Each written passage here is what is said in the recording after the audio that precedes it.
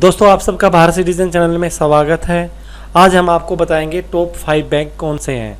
दोस्तों पैसा निकालने और जमा करने आप कभी न कभी बैंक जरूर गए होंगे और कभी कभी डीडी बनवाने या और किसी काम से बैंक में आना जाना आपका लगा रहता है।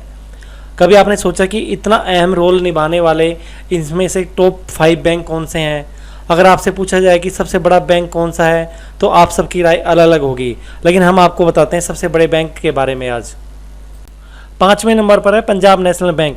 भारत का पुराना और प्रमुख बैंक है जिसको हम पीएनबी बैंक भी बोलते हैं। यह बैंक 19 मई 1894 में भारतीय कंपनी अधिनियम के तहत अनारकली बाजार लाहौर में इसका कार्यालय था। अब इसका हेड ऑफिस नई दिल्ली में है। इसके लगभग 37 लाख ग्राहक हैं। भारत के 764 शहरों में लगभग 4500 शाखाएं हैं। साथ में इसके लंदन, हांगकांग, काबुल, शंघाई और दुबई में भी शाखाएं हैं। इसमें लगभग 1,03,000 कर्मचारी काम करते हैं और अभी हाल में ही ओरिएंटल बैंक और यूबीआई बैंक का विलय हुआ है।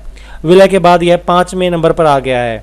ओरिएंटल बैंक ऑफ कॉमर्स की 2390 ब्रांच और 2625 एटीएम है। United bank of India 2054 branch है और इसके लगभग 13,000 कर्मचारी इसमें काम करते हैं।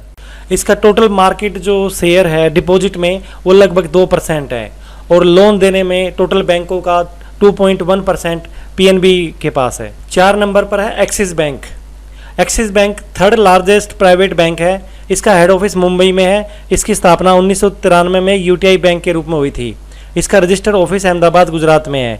यह बैंक लंदन स्टॉक एक्सचेंज में लिस्टेड है। पहले विदेश में ब्रांच इसने सिंगापुर में खोली थी। इसकी टोटल ब्रांच है 4800 और इसके कर्मचारियों की संख्या लगभग 62,000 है। इसके 17,800 एटीएम है। इसका टोटल मार्केट शेयर जो है इंडिया का टोटल डिपॉजिट जो इनके पास है 4.7% है टोटल इंडिया का, और लोन देने में 5.5% लोन एक्सिस बैंक देता है टोटल इंडिया का। अब चलते हैं तीसरे नंबर पर। तीसरे नंबर पर जो बैंक है आईसीसी बैंक है। इसका पूरा नाम industrial credit and investment corporation of India है। इसकी स्थापना 1994 में वडोदरा में हुई थी। यह भारत का एक प्रमुख बैंक है। यह देश का तीसरा सबसे और निजी क्षेत्र में दूसरा सबसे बड़ा बैंक है। टोटल डिपॉजिट जो इनके पास है वो 5.7% है ओवरऑल इंडिया का, जो कि आईसीसी बैंक के पास है। पूरे इंडिया में जो लोन दिया जाता है उसमें से लगभग 6.7% आईसीसी बैंक देता है। इसका हेड ऑफिस मुंबई में है। इसकी branch China, Dubai, Hong Kong, south Africa, UK, Canada, Singapore, Malaysia में भी है। टोटल ब्रांच लगभग 5,275 है और एटीएम है 15,589। इसका लगभग 19 देशों में ब्रांच है। यह यूएसए में न्यूयॉर्क स्टॉक एक्सचेंज में भी लिस्टेड है। अब चलते हैं दोस्तों दूसरे नंबर पे।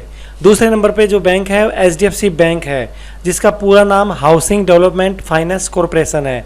इसकी स्थापना अगस्त 1994 में हुई थी। इसका हेड ऑफिस मुंबई में है। इसके कर्मचारियों की संख्या 1,04,154 है जो कि परमानेंट हैं। यह प्राइवेट सेक्टर का सबसे बड़ा बैंक है। यह न्यूयॉर्क स्टॉक एक्सचेंज में भी लिस्टेड है जो अमेरिका में है। टोटल डिपॉजिट में जो हिस्सेदारी एचडीएफसी की है वो 8.5% है ओवरऑल इंडिया की डिपॉजिट में, और लोन देने में जो हिस्सेदारी है वो 9.6% है टोटल जो लोन दिए जाते हैं इंडिया में। इसका हेड ऑफिस मुंबई में है। इसकी टोटल 5500 ब्रांच हैं और 13,514 एटीएम है 2,768 शहरों में।